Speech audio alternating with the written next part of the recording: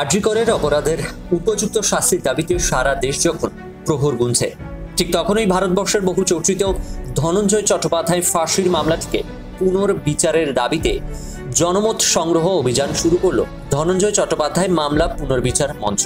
এ মঞ্চের convenor doctor Chandrachur Goswami জানালেন, ধনঞ্জয় চট্টোপাধ্যায়ের যখন ফাঁসি হয় তখন আমি ছোট ছিলাম, কিন্তু এই ঘটনাটি আমার জীবনে গভীর প্রভাব ফেলেছে।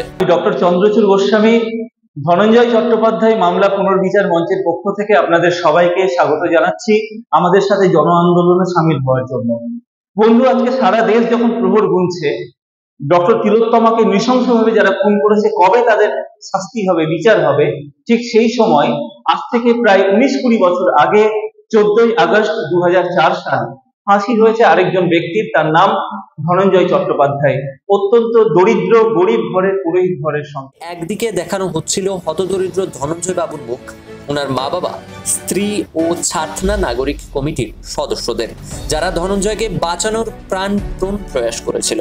আর অন্যদিকে দেখানো হচ্ছিল ফাঁসির দড়ি এবং প্রাক্তন মুখ্যমন্ত্রী বুদ্ধদেব ভট্টাচার্যের স্ত্রী মীরা ভট্টাচার্যের নেতৃত্বে লোকজনদের ধনঞ্জয়কে ফাঁসিতে ঝোলানোর উদ্রেক বাসনা।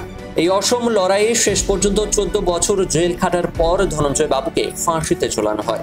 এরপর অরিন্দম শীল পরিচালিত এবং মিমি চক্রবর্তী, অনির্বাণ ভট্টাচার্য, কৌশিক সেন অভিনীত ধনঞ্জয় সিনেমাটি দেখার পর এবং এই বিষয়ে গভীরভাবে অধ্যয়ন করার পর আমার স্থির বিশ্বাস, মানুষ যেটা বলছেন সেটাই সঠিক।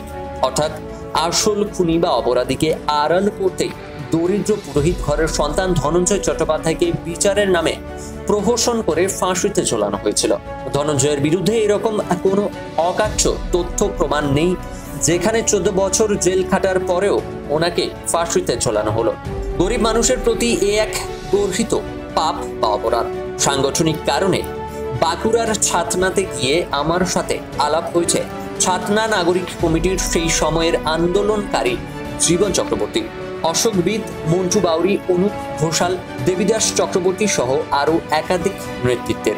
মূলত ওনাদের এবং সারা বাংলার বিবেকবান সংবেদনশীল মানুষদের নিয়ে তৈরি করা হলো সম্পূর্ণ অরাজনৈতিক এই ধনঞ্জয় চট্টোপাধ্যায় মামলা পুনর্বিচার মঞ্চ। ডক্টর চন্দ্রচূড় গোস্বামী এই মঞ্চের কনভেনর, বিশিষ্ট সমাজসেবী জীবন চক্রবর্তী কনভেনর এবং সমাজসেবী অশোকবিদ বাঁকুড়া জেলার কনভেনর। মঞ্চের পক্ষ থেকে আগামী 16ই সেপ্টেম্বর ভারতের প্রধানমন্ত্রী নরেন্দ্র মোদী, রাষ্ট্রপতি শ্রীমতী দ্রৌপদী মুর্মু, সুপ্রিম কোর্টের প্রধান বিচারপতির কাছে মামলার পুনর্বিচার করার দাবিতে চিঠি পাঠিয়ে বাংলার মুখ্যমন্ত্রী শ্রীমতী মমতা বন্দ্যোপাধ্যায়ের কাছে নবান্ন বা ওনার কালীঘাটের বাড়িতে গিয়ে লিখিত আবেদন করে আসা হবে, এমনটাই জানিয়েছেন তারা। প্রত্যেকের দাবি, আমরা আগামী 16ই সেপ্টেম্বর সোমবার দিন রানু ছায়া মঞ্চে 4টে থেকে 5টা পর্যন্ত আমাদের অবস্থান কর্মসূচি রয়েছে।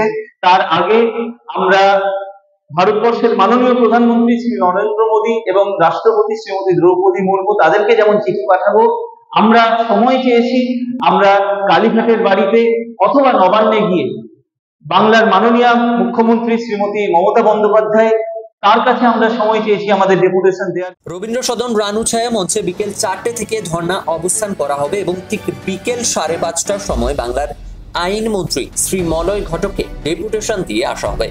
এর সাথে এই মঞ্চকে সহযোগিতা করার আবেদন নিয়ে সিবিআই অফিস, সমস্ত রাজনৈতিক দলের রাজ্য অফিস এবং আরজি কর কাণ্ডে আন্দোলনরত ডাক্তারদের কাছেও যাওয়া হবে বলে জানানো হয়েছে। মঞ্চের স্পষ্ট দাবি, তিলোত্তমা দেবীর বিচারের দাবিতে যদি আন্দোলন হয় তাহলে হেতাল পারেখ বা ধনঞ্জয় চট্টোপাধ্যায়ের জন্য হওয়া উচিত। আসল অপরাধীকে আড়াল করতে ধনঞ্জয় বাবুকে ফাঁসিতে ঝোলানোর ফলে হেতাল দেবীর আত্মা আজও নীরবে নিভৃতে কাঁদছে, এমনটাই বক্তব্য রাখেন উনি। মঞ্চের বক্তব্য, কেসটির পুনর্বিচার করা হলে অবশ্যই ধনঞ্জয় বাবু নির্দোষ প্রমাণিত হবে এবং এর ফলে মৃত্যুর এত বছর পরেও একজন গরিব নিরপরাধ মানুষ, একটি পরিবার, একটি গ্রাম দুর্ভাগ্যজনকভাবে আরোপিত এই ধর্ষক এই পরিচয় মুছে ফেলে সম্মানের সাথে মাথা উঁচু করে বাঁচতে। আমাদের বিনীত অনুরোধ প্রত্যেকের কাছে, আসুন ধনঞ্জয় চট্টোপাধ্যায় মামলা পুনর্বিচার মঞ্চ, আমাদের যে জন আন্দোলন, তাতে আপনারা সামিল হন এবং অবশ্যই আপনারা আমাদের সাথে থাকুন। আগামী দিনে আমরা যেন হেতাল দেবী এবং ধনঞ্জয় বাবু, তাদের দুজনকেই তারা পৃথিবীতে না থাকতে পারেন, তারা অবশ্যই আমাদের সবাইকে আশীর্বাদ করবেন। আমরা এই সময় বেছে নিয়েছি কারণ এই সময় সত্যান্বেষীর পথে রয়েছে আমাদের সমস্ত বাংলা, সমস্ত ভারতবর্ষ।